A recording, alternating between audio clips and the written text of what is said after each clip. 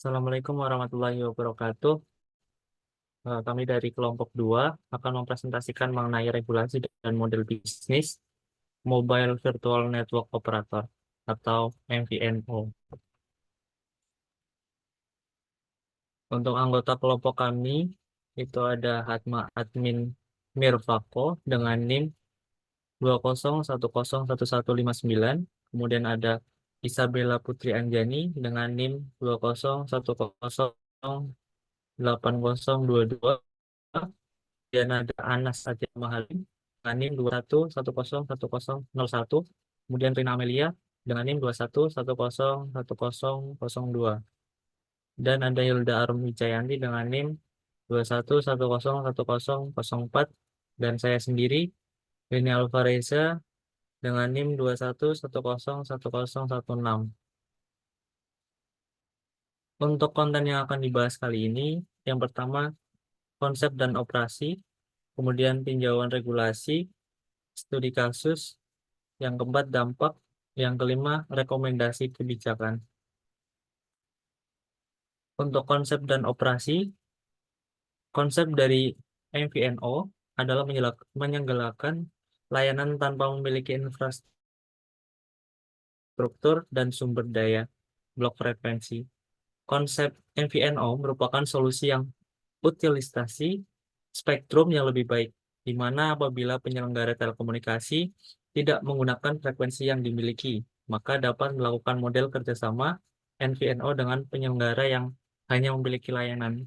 Jadi secara konsepnya itu MVNO sendiri merupakan sebuah virtual atau dalam kata lain tidak memiliki jaringan fisik. Kemudian MVNO sendiri adalah penyelenggara layanan telekomunikasi bergerak, di mana penyelenggara tersebut tidak memiliki izin spektrum frekuensi, sehingga pola operasinya mengandalkan kerjasama dengan mobile network operator. Untuk penjelasan selanjutnya akan dijelaskan oleh teman saya, Kak Hatma.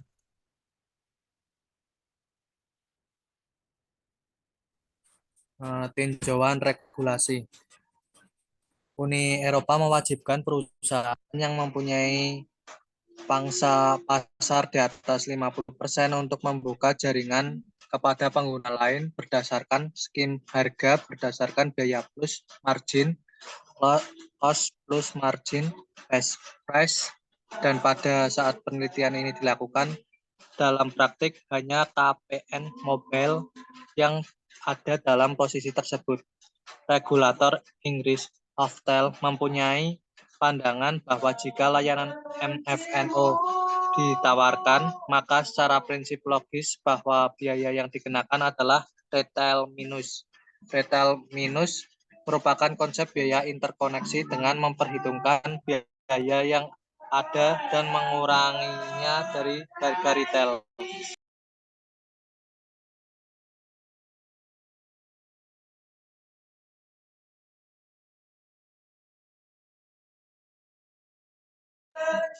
Ono adalah perusahaan komunitas broadband Spanyol didirikan pada tahun 1998 yang menyediakan telepon, televisi, dan jaringan layanan kepada pelanggan rumah tangga. Berdasarkan infrastruktur yang ada, Ono meluncurkan generasi baru dari infrastruktur kabel yang memungkinkan pelanggan untuk menikmati layanan 3-in-1 dari televisi, telepon, dan internet. Pada akhir tahun 2002, sekitar sepertiga dari pelanggan Ono menggunakan layanan 3-in-1 pada bulan Februari 2006 ketika Spanyol membuka pasar MVNO yang bekerja sama dengan Telefonica.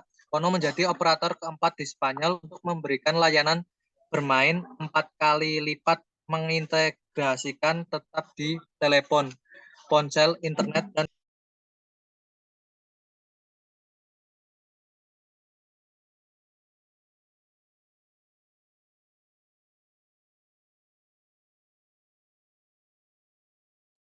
Kemudian untuk studi kasus yang kedua akan dijelaskan oleh Kak Isabel.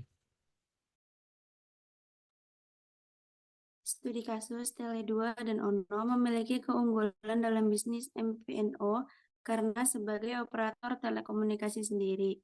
Mereka memiliki sendiri infrastruktur telekomunikasi dan basis pelanggan. Setelah pembukaan pasar MVNO, mereka menyediakan layanan bermain 4 kali lipat untuk mengikat sumber daya pelanggan.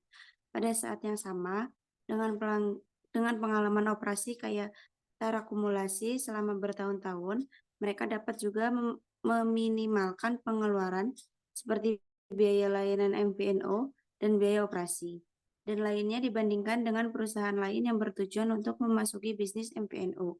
Tele2 dan Ono keduanya memiliki keunggulan alami.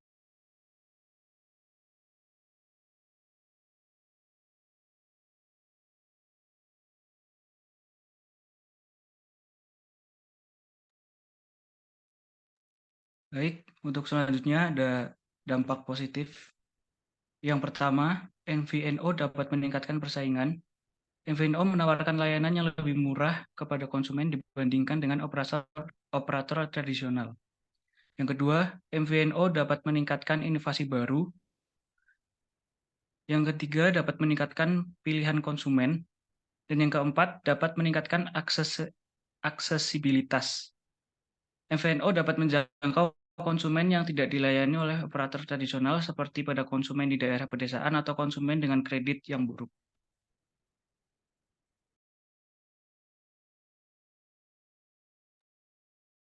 Baik, kemudian di sini masuk ke dampak negatif.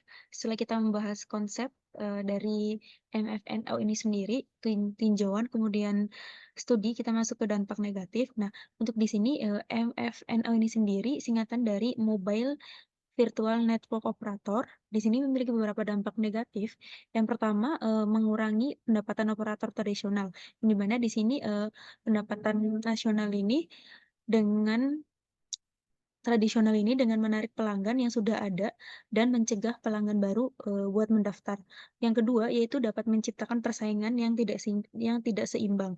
Nah, dalam artian di sini MFNO ini tidak memiliki infrastruktur sendiri sehingga harus membayar biaya sewa itu sendiri kepada operator tradisional, sehingga hal ini dapat membuat MFNO ini sendiri sulit untuk bersaing dengan operator tradisional yang dimiliki infrastruktur itu sendiri. Kemudian terakhir, yaitu dapat menurunkan kualitas layanan. Dalam artian di sini menurunkan kualitas layanan, yaitu mungkin tidak dapat membersihkan kualitas layanan dengan sama dengan operator tradisional karena tidak memiliki infrastruktur itu sendiri.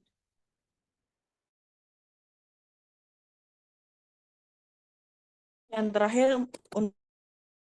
untuk rekomendasi kebijakan, yang pertama itu mengurangi biaya sewa infrastruktur, yang kedua meningkatkan akses ke infrastruktur, yang ketiga meningkatkan kepastian regulasi, yang keempat meningkatkan kesadaran konsumen, dan kelima untuk mendukung inovasi. Mungkin itu saja yang dapat kita presentasikan. Mohon maaf apabila ada kesalahan kata-kata. Wabillahi taufiq wal hidayah. Wassalamualaikum warahmatullahi wabarakatuh.